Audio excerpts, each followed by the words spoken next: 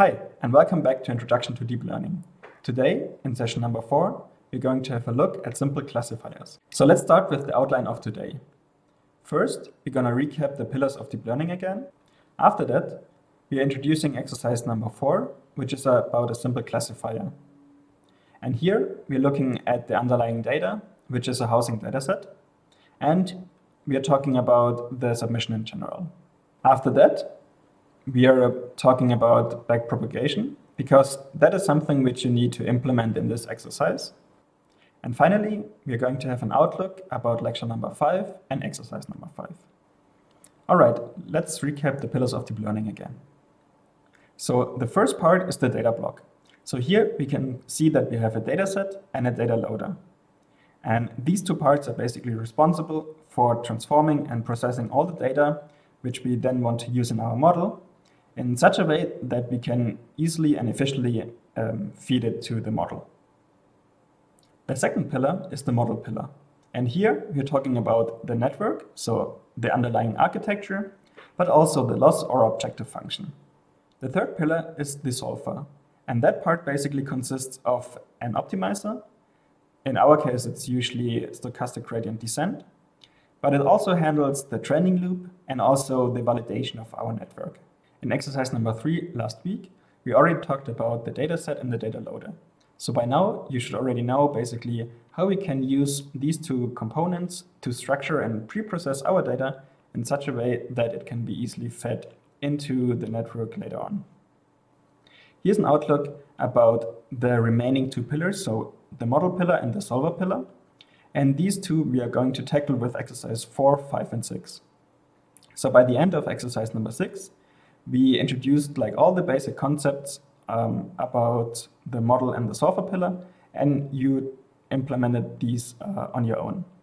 So here to recap, exercise 4 is going to be about the simple classifier. Exercise number 5 will introduce simple networks which go beyond these simple classifiers. And in exercise number 6, we are trying to tune our hyperparameters and try to squeeze out the last bit of performance from our models. The goal of exercise 4 is to understand the training process in more detail. So here we are looking at a really simple classifier model, which takes housing data as input, and it should predict if this house is either expensive or low priced. So the focus of this exercise is that we understand what's exactly happening during the training of the network. In exercises 5 and beyond, you will learn more about more complex and more maybe interesting scenarios in network architectures, and also about hyperparameter tuning. So for now, we're basically skipping the second pillar about the model and focusing rather on the optimization aspect of deep learning. The important aspect is that we're going to learn to understand what's really happening under the hood in these building blocks of the pillars. So that's why we're basically re-implementing all these parts by ourselves and basically learning by doing to understand how these work in more detail.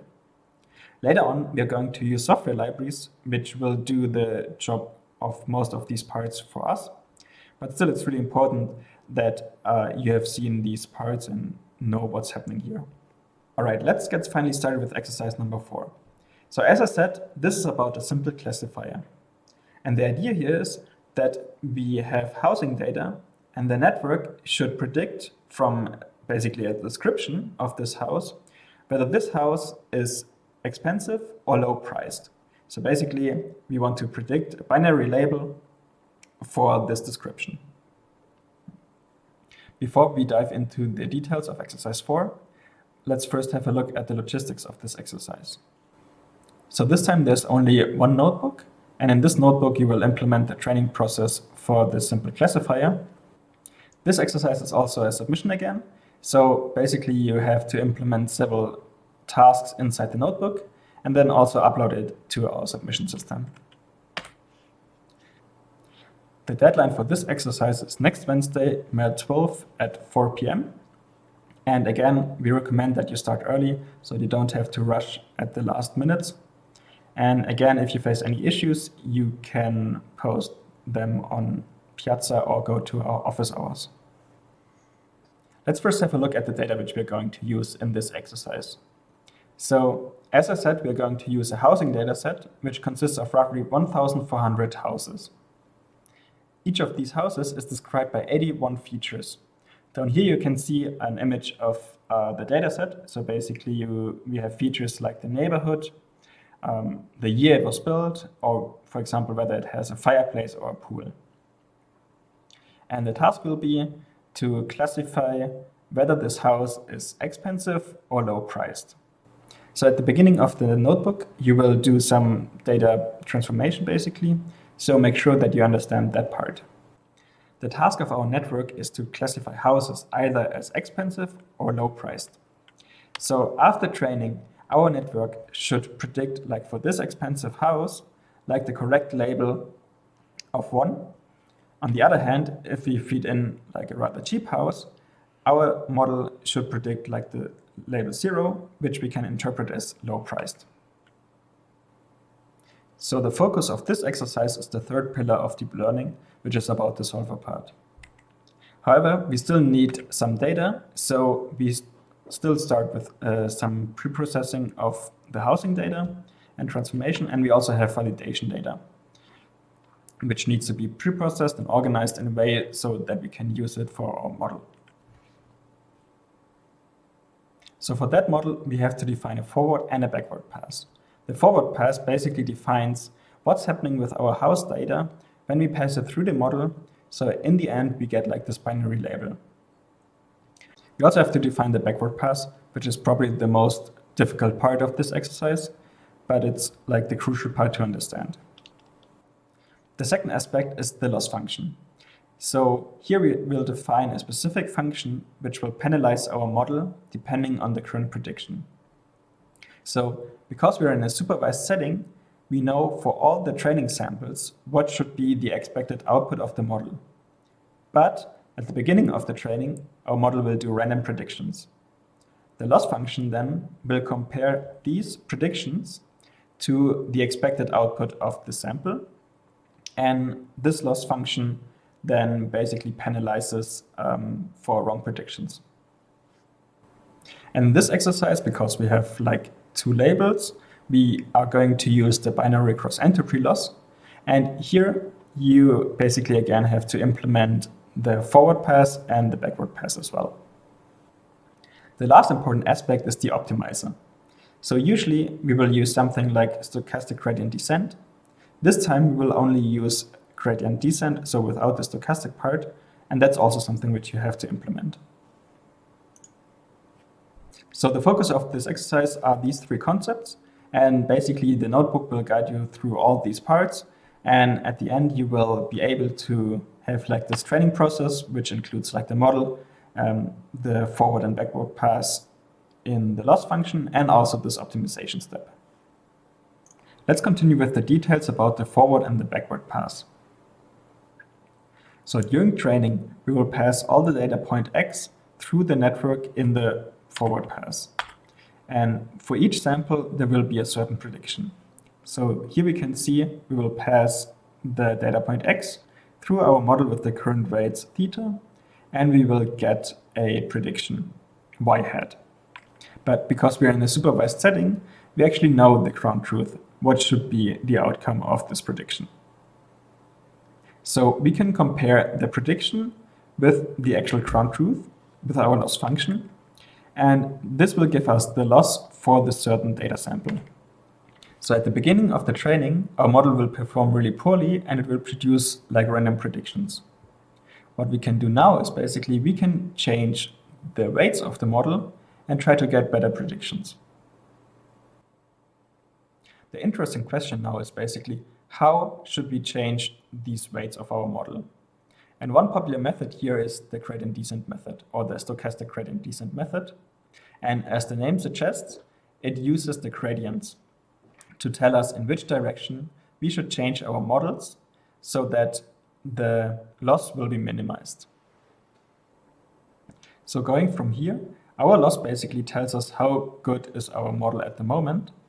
And in the backward pass, we try to figure out how we should change our weights to minimize this loss. So basically what we want is we want to know in which direction we need to change our model weights. And here we have two parts, and we're going to subdivide these by the chain rule. So the first part is basically the derivatives of our loss function with respect to our prediction. So here we have the derivative of our loss function with respect to y hat. And we also have the second part, which is the derivative of our prediction with respect to the current weights of the model, theta. These two parts then will tell us the gradient of the loss function with respect to the model parameters. And that's the information that the optimizer needs to change the model parameters in the right direction to minimize the loss function. Now we know how to optimize the model parameters so that we can minimize the loss function. But now we also need to define the loss function itself. In this exercise, there are two possible outcomes of our model prediction, either expensive or low priced. And a popular loss function to represent this binary decision is the binary cross entropy loss. This loss function was already introduced in lecture number 2. And down here you can see the exact definition again. And in the notebook we also give a more detailed explanation of the loss. Let's have a quick look at the optimization step. So as we said, the optimizer tries to minimize the loss function by changing the weights of our model. And we are going to use the stochastic gradient descent method, and the update rule for that one you can see down here. The weights of our model are denoted by theta. So here we have the old weights of our model called theta t, and the new ones we are going to call theta t plus 1. Then we also have the gradients from our loss function with respect to the model weights. And also we have like this lambda here, which is the step size or learning rate, how is it called in deep learning. The update rule basically now says, okay, we are first multiplying our learning rate with the gradients, and then we subtract these from our current weights, which will then be used as our new weights in the next step. And doing this many, many times in an iterative fashion, we are going to minimize our loss function over time and get better predictions. Let's have a look at the backpropagation in more detail when it comes to our model. So the input to our model is a matrix X with the dimension n times d plus 1. So we have n samples, and each of these samples has a feature dimension of d plus 1. The outputs, or the targets of our network, are then these binary labels. So here we denote y as our labels. And here for each of our samples, we have one binary label. Our classifier is defined in the form of y equals sigma times x times w. So you can see we have this inner part here where we multiply our input features x with the weight matrix w. The result of this we then input to the sigmoid function, here denoted by sigma, which will then turn it into the data range of 0 to 1, which is then our prediction. Let's review the sigmoid function.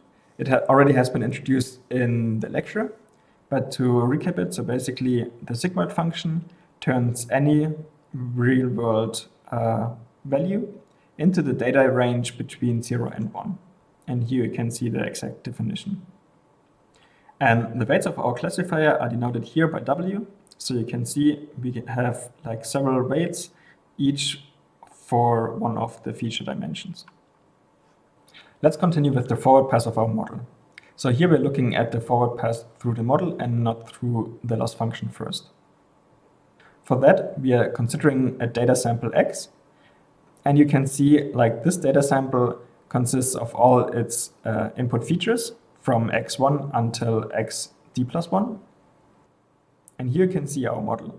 It basically consists of weights ranging from w1 until wd plus 1. And we know when we feed this data sample into our network, what we do is we multiply all the input features with their corresponding weight. So here we have a multiplication of x1 and w1, then x2 and w2, and so on until xd plus 1 and wd plus 1. And we then sum up all these values So here we get a real valued output at this point. In the second step, we pass this result of this summation through our sigmoid function. And as we said, the sigmoid function turns any real valued number into the interval between 0 and 1. So you can see, because we have such a simple model, the forward pass is also quite simple. One thing to note here is right now we only fed in a single sample, but usually you have many samples, so instead of feeding in them separately, we can combine these into a matrix and feed in this matrix as a whole. So this matrix then basically looks like this. So we have n rows with n samples, and each row consists of our d+1 features. So now, instead of feeding in the samples separately, we can rewrite these multiplications of the separate weights with our entire weight matrix W times the input features.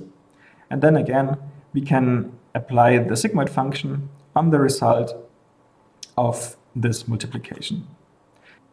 And you can see up here, we change the single sample x to xi, denoting that right now we are looking at a single sample in this data matrix. Okay, so now we can denote the multiplication of x times w as s, which is then basically a vector of real valued numbers. We can then put this s, the result of this multiplication, into our sigmoid function. And the result of the sigmoid function then is a vector again, where each of the elements is between 0 and 1. So what we want to do now in the backward pass is we want to compute the derivatives of our output of the network with respect to the weights of our model. So in the backward pass, we want to go from the end and calculate the derivatives of our output with respect to our model weights W. So we can first write the output of our model as sigma of s. And the first step here is then to compute the derivatives of this output of this sigma of s with respect to the input, which is s. This input s is basically the result of the matrix multiplication x times w. And in the second step, we want to compute the derivatives of this matrix multiplication with respect to the model weights. And to get the total derivative of our model with respect to the model weights, we need to use the chain rule.